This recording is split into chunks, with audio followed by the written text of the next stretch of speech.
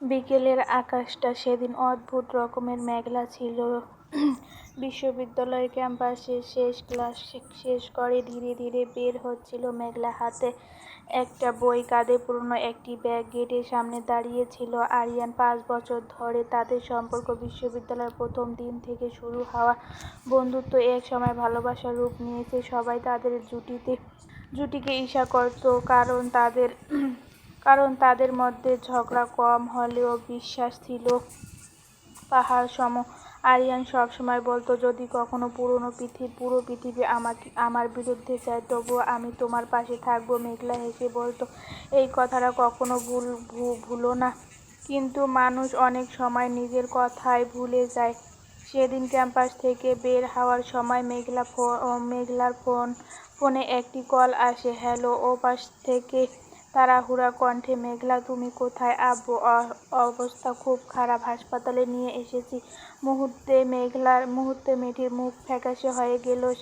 আমি আসছি। সে দৌড়ে রাস্তার দিকে চলে যায়। আরিয়ান অবাক হয়ে জিজ্ঞেস করলো, কি হয়েছে আব্বু? হাসপাতালে, আমি পরে কথা বলবো। সে দ্রুত একটি রিকশায় উঠে চলে যায়। সে রাতে আরিয়ানের সঙ্গে কথা হয়নি, পরের দিনও না। তারপর আরো 2 দিন কেটে যায়।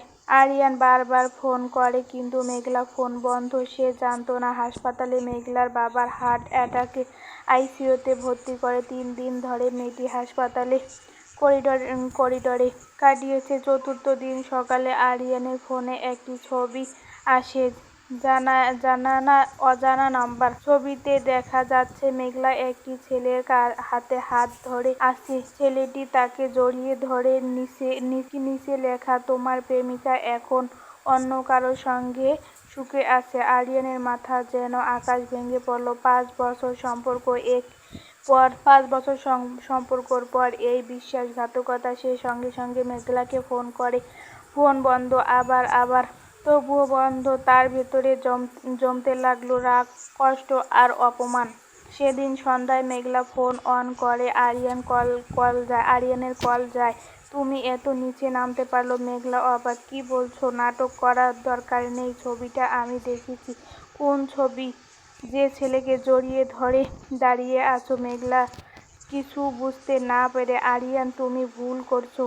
আর একটা কথাও না, আজকে থেকে আমাদের সব শেষ। আমার কথা শোনো প্লিজ। বিশ্বাসঘাতক মানুষকে আমি ঘৃণা করি। লাইন কেটে যায়। মেঘলা বারবার ফোন করে, কিন্তু আরিয়ান আর ধরে না। সেদিন রাতে মেঘলা কেঁদে কেঁদে ভেঙে পড়ে তার বাবা হাসপাতালের বিছানায়। আর 5 বছরের ভালোবাসা এক মুহূর্তে শেষ হয়ে গেল। পরের দিন সে আরিয়ানের বাসায় যায়। দরজা খোলে আরিয়ানের ছোট বোন।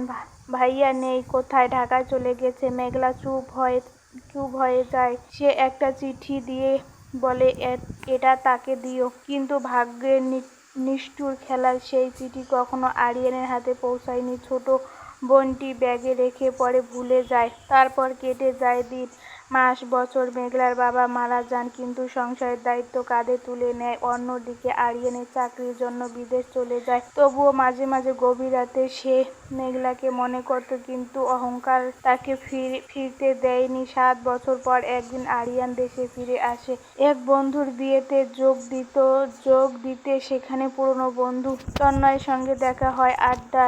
এক পর্যায়ে তন্ময় বলে, তুই আর মেঘলার খবর রাখিস? আরিয়ান খুব শক্ত করে, ওর কথা বলিস না কেন? ও আমাকে ঠকিয়েছে। তন্ময় অবাক, কি বলছিস? আরিয়ান ফোন বের করে পুরনো ছবিটা দেখায়। ছবিটা দেখে তন্ময় হতবাক। এই ছবিটা কোথায় পেলি? 7 বছর আগে। তন্ময় দীর্ঘশ্বাস ফেলে। তুই কিছু জানিস না মানে? ছবিতে যে ছেলেটি আছে সে মেঘলার প্রেমিক না। আরিয়ানের বুক কেঁপে উঠল। তাহলে ওটা মেঘলার মামাতো ভাই রায়হান। কি? সেদিন হাসপাতালের সামনে রায়হান বিদেশ থেকে এসেছিল। মেঘলার বাবা তখন মৃত্যুর সঙ্গে লড়াই করছিল। মেঘলা ভেঙে পড়েছে। ভাই তাকে জড়িয়ে ধরে সান্ত্বনা দিয়েছে। আরিয়ানের হাত কাঁপতে থাকে। না, এটা হতে পারে না। আর ছবিটা তুলেছে নীলা? হ্যাঁ, যে তোকে পছন্দ করত। আরিয়ান যেন নিঃশ্বাস নিতে পারছিল না। সেই ছবিটা এমন ভাবে কেটে পাঠিয়েছে যেন মনে হচ্ছে ওর প্রেমিকা। চারপাশটা ঝাপসা হয়ে যায়। 7 বছর। সে 7 বছর ধরে একজন নিষিদ্ধ মানুষকে অপরাধী ভেবে এসেছে। তার চোখে পানি চলে আসে। মেঘলা এখন কোথায়? তন্ময় কিছুক্ষণ চুপ করে থাকে। তুই ওর সঙ্গে দেখা করতে চাস? হ্যাঁ। অনেক দেরি হয়ে গেছে বন্ধু। মানে? তবুও চল। তারা শহরের একটা ছোট স্কুলের সামনে যায়। স্কুল ছুটি হয়ে গেছে। একজন নারী শিশুদের বিদায় দিচ্ছে। সাদা শাড়ি, চোখে চশমা, মুখে আগের মতো শান্ত হাসি। মেঘলা আরিয়ানের বুক ধক করে উঠে। মেঘলা তাকিয়ে থমকে যায়। 7 বছর পর দুজনের চোখে হাজার স্বপ্ন। কিছুক্ষণ কেউ কথা বলতে পারে না। আরিয়ান ধীরে বলল, কেমন আছো? মেঘলা মৃদু হেসে বলে, ভালো। তুমি?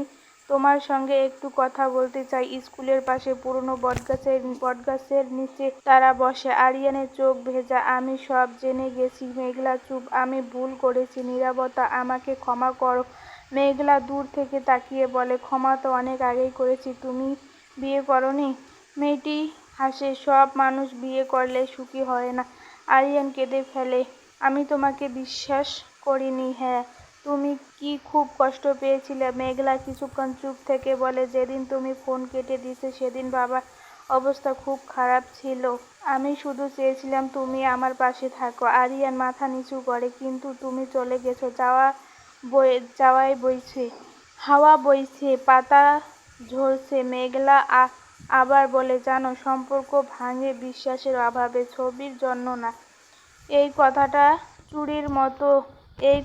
ছুরির মতো বিঁধে যায় আরিয়ানের হৃদয়ে। সে কাঁদতে কাঁদতে বলে, আর একবার সুযোগ দাও। মেঘলা শান্ত গলায় চোখে তাকিয়ে, 7 বছর আগে যদি তুমি একবার আমার কথা শুনতে, তাহলে হয়তো আজ আমাদের গল্পটা অন্যরকম হতো। আরিয়ান নীরব।